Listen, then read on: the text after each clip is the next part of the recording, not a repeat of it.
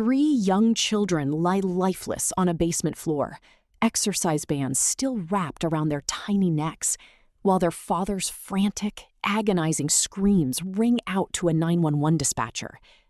On the surface, it looks like the ultimate act of cold, calculated evil committed by a trusted mother and nurse.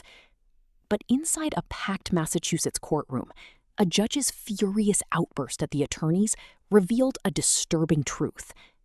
That the 911 call kept going. Patrick can be heard on the 911 call entering the home and heading to the basement. At one point, he calls out, "Guys." He can then be heard screaming in agony and shock as he found his children. His screams seem to get louder and more agonized as the time passes. Nobody saw coming. Just after 6 o'clock on the evening of January 24th, 2023, emergency responders rushed to a suburban home in Duxbury, Massachusetts.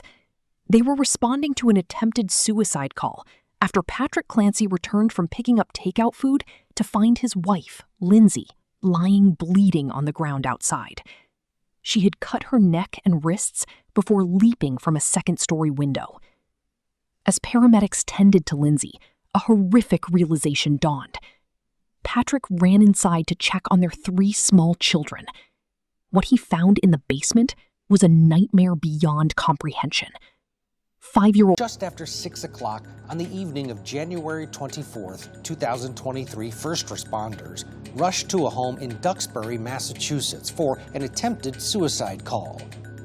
Patrick Clancy had returned home from picking up food and found his wife Lindsay on the ground outside.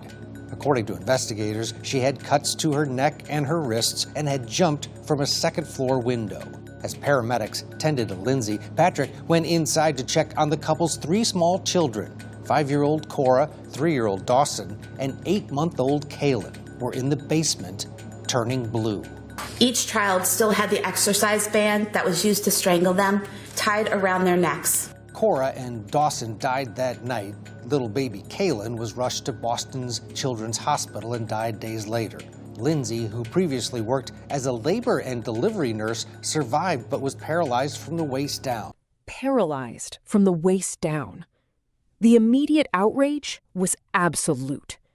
The state charged Lindsay with 3 counts of murder, portraying her as a cold killer who planned the crime with terrifying precision. Prosecutors claim she intentionally sent her husband to a restaurant far away to give herself time to carry out the executions, and researched methods to kill.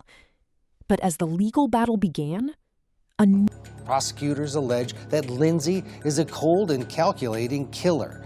They say she researched how to kill and planned the details of the murder precisely. Investigators say she intentionally sent her husband to pick up dinner from a restaurant far enough away to give her time to carry out her plan. Lindsay's defense says she's not criminally responsible because she was suffering from a postpartum mental health crisis. They claim in the weeks before the incident that she was overmedicated with a cocktail of potent prescriptions, including Zoloft, Valium, Trazodone, Ativan, Klonopin, Prozac, and Seroquel. Patrick. A far more complex and terrifying narrative began to emerge. Behind the terrifying headlines was a family unraveling under the weight of a severe medical crisis. Lindsay's legal team mounted a rare and aggressive defense centered on acute postpartum psychosis. They argued that she was not a monster, but a woman completely detached from reality, rendered incapable of understanding right from wrong. In the weeks leading up to the tragedy, Lindsay had been prescribed carry out her plan. Lindsay's defense says she's not criminally responsible because she was suffering from a postpartum mental health crisis. They claim in the weeks before the incident that she was overmedicated with a cocktail of potent prescriptions, including Zoloft, Valium, Trazodone, Ativan, Klonopin, Prozac, and Seroquel. Patrick Clancy told police that just 3 weeks prior to the children's death, Lindsay had checked herself into a mental health facility after telling him and her psychiatrist that she had thoughts of harming herself and her children. Patrick says he forgives his wife and asks others to do the same. writing on a GoFundMe about the real Lindsay. Quote, "The very fibers of her soul are loving." While her severe psychological breakdown continued to spiral in plain sight. When jury selection opened at the Plymouth County Courthouse, the sheer weight of the tragedy overwhelmed the proceedings. Over 100 prospective jurors filed into the courthouse, but selecting an impartial panel proved nearly impossible. Potential jurors broke down in tears inside the courtroom, begging to be excused simply because they could not bear to listen to the brutal details. See herself answering questions, do I have a medical illness? Oh, some people say, hey, you know what? I'm a college student. I'm not going to be able to be here for 2 months. Actually, can I be excused? I actually saw another woman who was literally crying. She had a box of Kleenex with her. She was cleaning up the tears under her eyes because she was so moved by this case and said, can I please be taken off? I don't want to be a prospective juror. I don't think I can be impartial. Now, we're not supposed to hear all of this. They actually play white noise so that we can't. However, I was in the front row, so I was listening as close as I could. Some things I made out, some things I didn't, but that's kind of the lengthy process that everyone's going to seat this jury. Surrounding the deaths of 3 innocent children. As tension filled the courtroom, attorneys from both sides began questioning a prospective juror, a young man in his 20s who appeared barely out of high school. For nearly 20 minutes, the prosecution and defense peppered him with probing, emotional questions, trying to gauge how he felt about the horrific nature of the crime. But then, the judge hit a breaking point. Over the ambient white noise designed to shield the proceedings from the media. Yeah, okay, so I really thought that this young man, honestly, he looked like a boy. He could have just graduated high school. He looked so young. I truly thought that he was going to be seated on this jury because they were asking him questions, both sides, the prosecution, the Commonwealth, and the defense, for honestly, probably close to 20 minutes. I thought that they were just, vetting him, making sure, can you be impartial? That's actually one of the questions that they asked this man, can you be impartial? He said, yes, I can.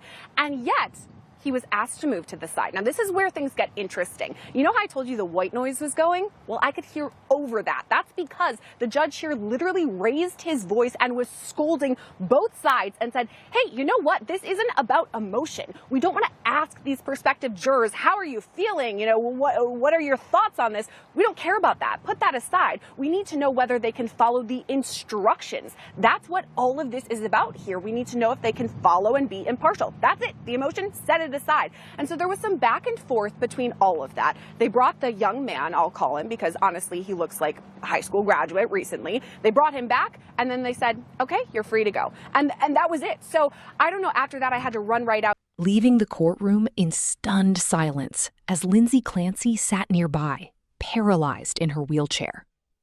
While prosecutors prepared to play the agonizing 911 recording of Patrick Clancy discovering his children in the basement, an extraordinary twist occurred. The primary witness for the prosecution, the grieving father himself, publicly came to his wife's defense. Instead of demanding vengeance, Patrick Clancy issued a public statement forgiving Lindsay. He insisted that he was not married to a monster, but to a woman who was profoundly sick. In statements to reporters,